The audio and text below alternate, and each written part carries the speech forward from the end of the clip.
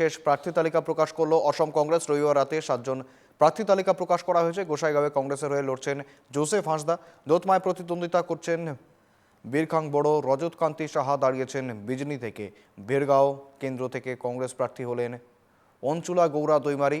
মাঝবাট আসনে লড়ছেন নারায়ণ অধিকারী। হাফলং থেকে প্রতিদ্বন্দ্বিতা করবেন নির্মল লাংতাসা। কাটিগড়ায় টিকিট দেওয়া হয়েছে অমর চাঁদ জৈনকে। সব মিলিয়ে 94 আসনে প্রার্থী দিয়েছে অসম প্রদেশ কংগ্রেস।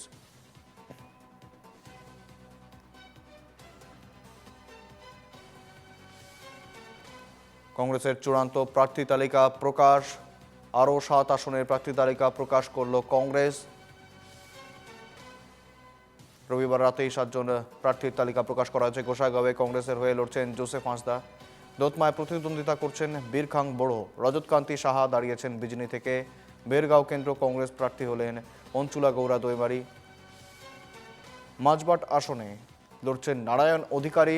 হাফলং কেন্দ্রে প্রতিদ্বন্দ্বিতায় নির্মল লাংথাসা। কাটিগড়ায় টিকিট দেওয়া হয়েছে অমর চাঁদ জৈনকে।